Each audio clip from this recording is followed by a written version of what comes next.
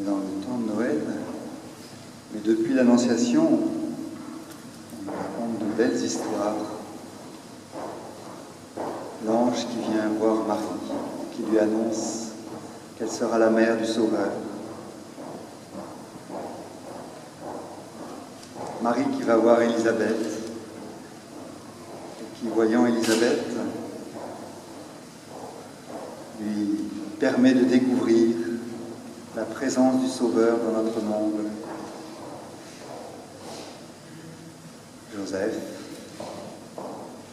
qui s'interroge sur ce qu'il doit faire pour être fidèle à Dieu et qui a ce songe merveilleux: ne crains pas de prendre chez toi Marie, ton épouse. Puis ensuite ce pèlerinage vers Bethléem, ce pèlerinage qui est lié à un édit de César, une circonstance extérieure, une circonstance qui s'impose, mais dont Dieu se sert, et une circonstance dans laquelle Marie et Joseph ont reconnu un passage du Seigneur. Puis cette naissance merveilleuse, l'enfant qui est déposé dans une mangeoire, l'enfant qui est enveloppé de linge, emmailloté par les mains de sa mère, et les anges qui chantent dans le ciel, les bergers qui arrivent, peut-être en chantant, et qui viennent reconnaître que tout s'est passé comme les anges l'ont dit, qui racontent ensuite dans toute la montagne tout ce qu'ils ont vu. Et puis maintenant, ces mages, avertis par une étoile, ces mages qui arrivent de loin. Dans toute cette histoire, il y a un centre. Et le centre, c'est que Dieu veut que nous connaissions, que nous rencontrions, que nous découvrions son Fils. Et les moyens sont différents. Pour Marie, c'est un ange. Pour Élisabeth, c'est la présence de Marie.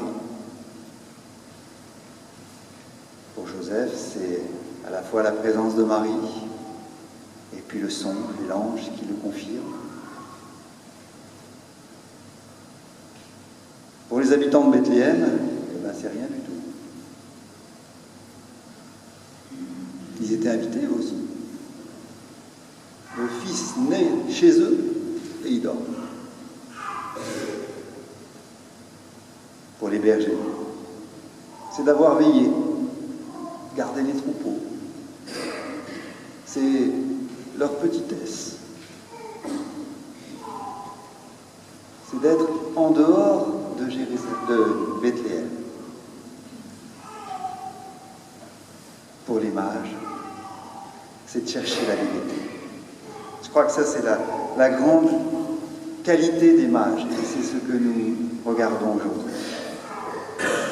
Ils ont cherché la vérité. Comment Dieu va les conduire à son Fils? Eux qui sont des savants, eux qui sont des grands de ce monde, eux qui ont pignon sur rue d'une certaine manière. Il y a quelque chose dans leur cœur qui est pur, qui est grand. Ils ne sont pas simplement grands parce qu'ils ont atteint une certaine sagesse humaine. Ils sont grands parce qu'ils ne se sont pas appropriés cette sagesse. Ils l'ont servi, ils l'ont cherchée. Et quand ils la reconnaissent, ils l'accueillent et ils se mettent à son école. Et je crois qu'aujourd'hui, cette belle histoire qui continue, c'est là qu'elle doit nous rejoindre. Dieu, depuis déjà maintenant 15 jours, nous enchante, plus que ça, puisque l'Annonciation, c'était il y a 9 mois. Il nous enchante, il nous émerveille, et par là, nous attire. Et il nous dit, il nous fait signe, et il nous dit, il y a quelque chose de merveilleux à saisir, à découvrir. Aujourd'hui, il y a quelque chose de merveilleux à découvrir avec ton intelligence. Il y a quelque chose de merveilleux à découvrir si ton intelligence est en éveil et qu'elle cherche la vérité. L'étoile, il fallait comprendre le sens de cette étoile. C'est pas donné à tout le monde. C'est donné à ceux qui sont attentifs aux signes. Il y a quelque chose qui a changé dans notre monde. Pour eux, il y a quelque chose qui a changé dans leur observation de l'univers. Quelque chose de nouveau, d'étrange.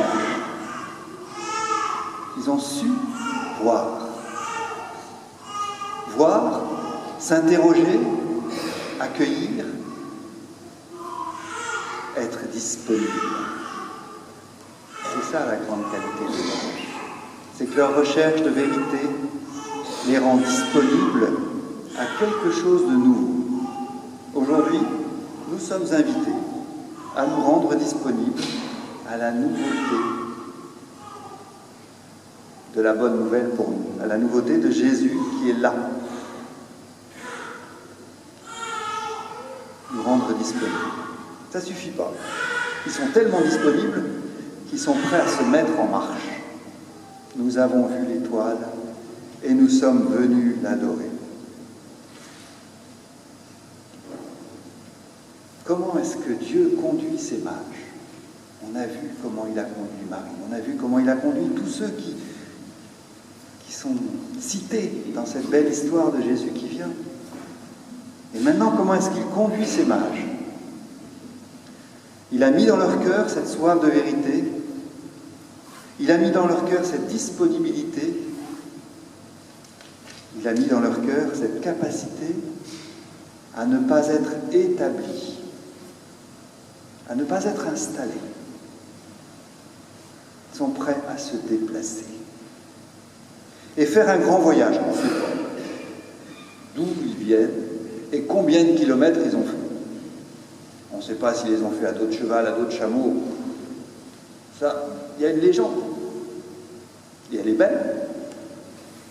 Et cette légende, elle nous dit, il y a eu un long voyage. Ah, ça, c'est pour retenir ça. Il y a eu un long voyage. Plus ou moins confortable.